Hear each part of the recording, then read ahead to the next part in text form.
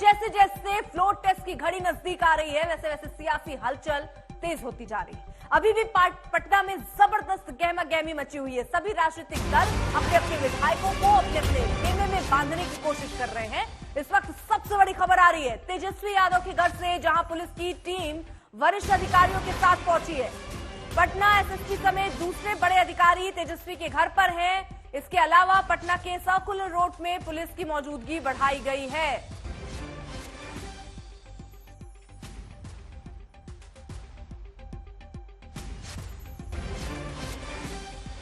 तो circular road में police की मौजूदगी भी बढ़ाई गई है और ऐसे में अधिकारी भी तेजस्वी क्या बताए जा रहे हैं।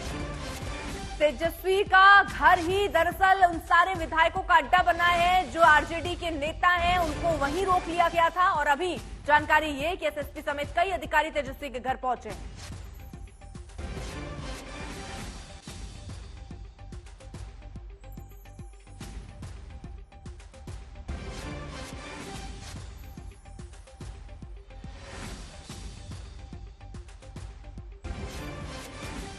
दो सहयोगी इस वक्त हमारे साथ जुड़ चुके हैं। शशि भूषण हमारे साथ जुड़ चुके हैं सीधे पटना से और रोहित भी हमारे साथ सीधे पटना से जुड़ चुके हैं। सबसे पहले शशि भूषण, ये हलचल अब तेज लग रही है। अधिकारी पहुंचे तेजस्वी, क्या सुरक्षा बढ़ाई दी गई है, क्यों?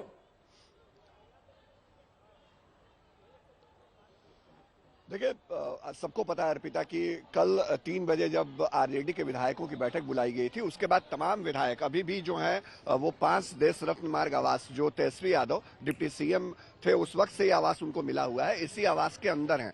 और सभी राजनीतिक दलों ने अपने विधायकों को अपने साथ इंटैक्ट रखने के लिए पूरी तैयारी कर रखी है। और देखिए, जो अभी स्थिति है वो ये कि थोड़ी देर पहले यहाँ पर पटना पुलिस के लोग पहुंचे थे, जो पटना सचिवालय के डीएसपी हैं वो पहुंचे थे और उनका यह कहना था कि चेतन आनंद जो आरजेडी के विधायक हैं, उनके खिलाफ एक कंप्लेन है, उनको लेकर के एक कंप्लेन है कि उनको यहाँ जबरदस्ती रखा हुआ है। चेतन आनंद आनंद मोहन के बेटे हैं, लवली आनंद के बेटे हैं, और ये लगातार पुलिस कह रही थी कि उनको जबरदस्ती यहाँ रखा हुआ है, उनके बारे में कंप्लेन की गई है।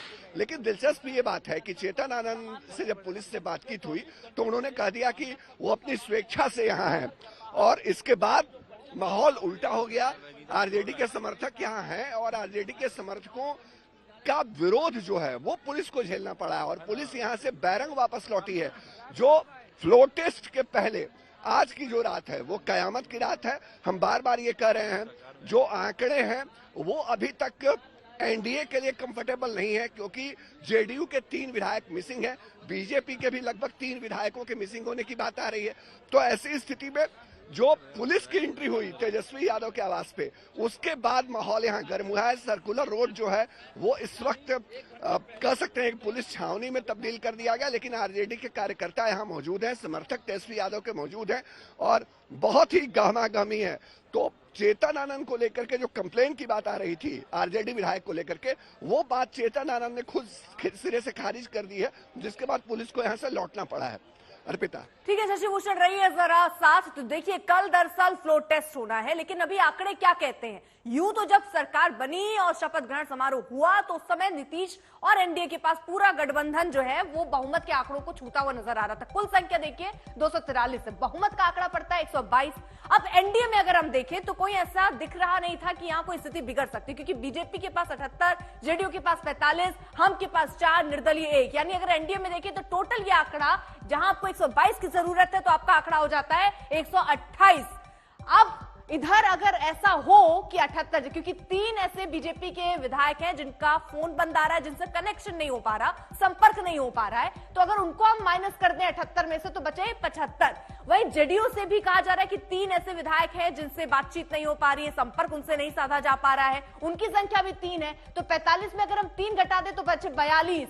और बीजेपी और जेडीयू का अगर हम जोड़ लेते हैं उस हिसाब से अभी की संख्या को देखते हुए, क्योंकि 3 बीजेपी से और 3 जेडीयू से संपर्क में नहीं है, तो अब आंकड़ा बैठ जाता है 117 और आपका बहुमत का आंकड़ा पड़ता है 122। तो अब 117 में सबसे अहम भूमिका हो जाएगी। अगर अभी हम और निर्दलीय जो कि साथ हैं उनको अगर जोड़ भी ले तो 4 और 1 ये 5, तो ये आंकड़ा 123 का पड़ता है। लेकिन अब बड़ी भूमिका यहां हम की और निर्दलीय की होती हुई नजर आ रही है। वो हम जो पहले ही अपना विरोध जता चुकी है, जब एक मंत्री पद का उनको पद मिला उसके बाद उन्होंने कहा कि सिर्फ एक रोटी से पेट नहीं भरता है, और ऐसे में राज्यसभा से उनको उनका लिस्ट में नाम भी नहीं है, तो क्या उनके कोई बगावी तेवर हो सकते हैं, या वो साथ रहने वाले हैं, या कोई और बीच का कोई रास्ता बनता नजर आ रहा है?